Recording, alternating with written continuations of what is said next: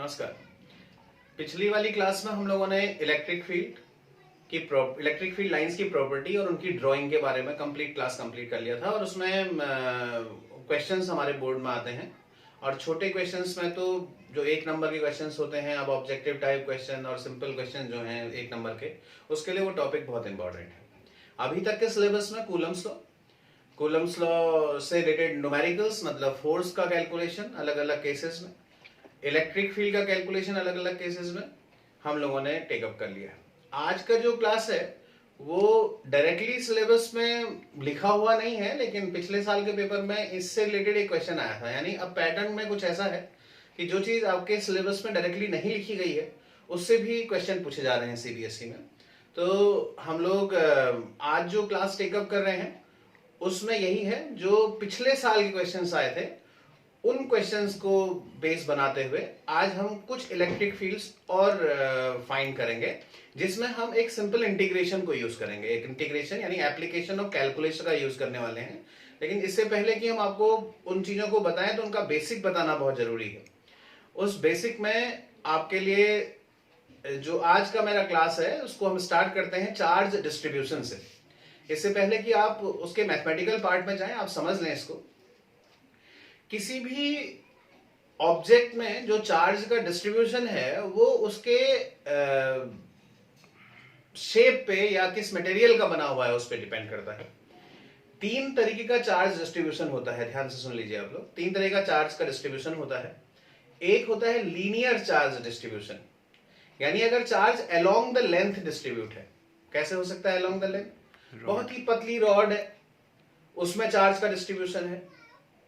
बहुत पतला thin wire है, उसमें चार्ज का डिस्ट्रीब्यूशन है। इसको हम लीनियर चार्ज डिस्ट्रीब्यूशन कहते हैं। दूसरा सरफेस चार्ज डिस्ट्रीब्यूशन होता है। सरफेस चार्ज डिस्ट्रीब्यूशन में किसी भी एरिया पे जो चार्ज का डिस्ट्रीब्यूशन होगा, एग्जाम्पल के फॉर्म में अगर आप किसी मेटेलिक शीट को चार्ज देते हैं, क्योंकि मेटल के अंदर तो चार्ज डिसाइड नहीं करता, आप जानते हैं, उसके सरफेस पे आ जाता है।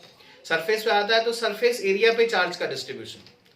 किसी भी मेटेलिक शीट पे जो चार्ज का डिस्ट्रीब्यूशन है वो सरफेस चार्ज डिस्ट्रीब्यूशन है। किसी सॉलिड स्फेरिकल कंडक्टर भी, अगर आप स्फेरिकल कंडक्टर की या किसी भी शेप के कंडक्टर की बात करें तो उसमें चार्ज हमेशा उसके सरफेस पे आता है। तो ये भी एरिया वाइज यानी सरफेस वाइज चार्ज का डिस्ट्रीब्यूशन है। तीसरा डिस्ट्रीब्यूशन होता है वॉल्यूमेट्रिक चार्ज डिस्ट्रीब्यूशन, यानी चार्ज का डिस्ट्रीब्यूशन थ्रू आउट हो। यानी अगर कोई इंसुलेटिंग स्फेयर है, उसमें अगर चार्ज का डिस्ट्रीब्यूशन होगा तो वो यूनिफॉर्म होगा, मतलब उसके पूरे वॉल्यूम में होगा। जैसे अगर आप एग्जांपल ले लें एक एटम का। एटम में देखिए जो चार्ज का डिस्ट्रीब्यूशन है, एटम के अंदर आप न्यूक्लियस में देखें, न्यूक्लियस में जो चार्ज का डिस्ट्रीब्यूशन है, सारे का सारा जो पॉजिटिव चार्ज है वो बहुत छोटे स्फेयर में, स्फेरिकल न्यूक्लियस में डिस्ट्रीब्यूट है। जो नेगेटिव चार्ज है वो बड़े से स्फेयर, मतलब जो एटम का जो स्फेयर है उस पर डिस्ट्रीब्यूट है। इस तरह का जो डिस्ट्रीब्यूशन है वो वॉल्यूमेट्रिक डिस्ट्रीब्यूशन कहलाएगा। यानी 3 तरह का चार्ज डिस्ट्रीब्यूशन है, एक लीनियर चार्ज डिस्ट्रीब्यूशन, एक सरफेस चार्ज डिस्ट्रीब्यूशन और एक volumetric charge distribution. First one is linear charge distribution. मान लेते हैं कि जो चार्ज Q है वो इस रॉड पे, जिसकी थिकनेस बहुत कम है, सिर्फ इसका लेंथ ही लेंथ है, L पे distributed, let the charge is distributed uniformly along length L। तो जो इसकी लीनियर चार्ज डेंसिटी होगी, लीनियर चार्ज डेंसिटी को लैम्डा से डिनोट करते हैं, इट इज Q/L। और अगर हम इसमें सेगमेंट DL कंसीडर कर लें, क्योंकि यूनिफॉर्म डिस्ट्रीब्यूशन है इसलिए लैम्डा को dQ/dL भी लिख सकते हैं।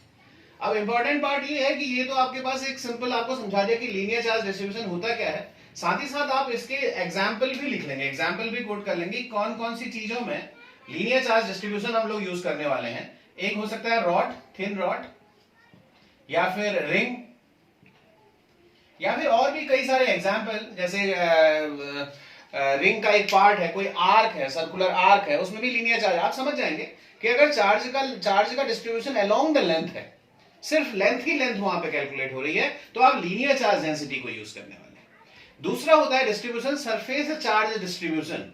अगर चार्ज का डिस्ट्रीब्यूशन अलोंग द एरिया है, थ्रू आउट द एरिया है, तो ऐसी कंडीशन में हम उसे सरफेस चार्ज डिस्ट्रीब्यूशन कहते हैं। तो तब सरफेस चार्ज डेंसिटी निकाली जाएगी और सरफेस चार्ज डेंसिटी को आप सिग्मा से डिनोट करते हैं, और सिग्मा का वैल्यू होता है चार्ज अपॉन एरिया।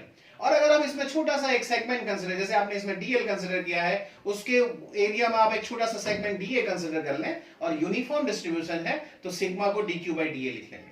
और तीसरा, इसमें भी एग्जाम्पल आपको लिखने होंगे। एग्जाम्पल आप कौन कौन से ले सकते हैं, जैसे शीट, एक शीट है, उसमें जो डिस्ट्रीब्यूशन है भाई वो निश्चित रूप से एरिया वाइज डिस्ट्रीब्यूशन होगा।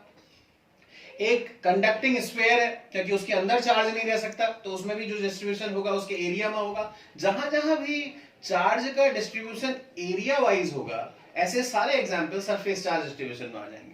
वॉल्यूमेट्रिक चार्ज डिस्ट्रीब्यूशन या वॉल्यूम चार्ज डिस्ट्रीब्यूशन, अगर चार्ज का डिस्ट्रीब्यूशन थ्रू आउट है, मतलब पूरे के पूरे स्पेस में है, पूरे उसमें कैपेसिटी में है, तो ऐसी कंडीशन में जो डिस्ट्रीब्यूशन होगा वो वॉल्यूमेट्रिक होगा।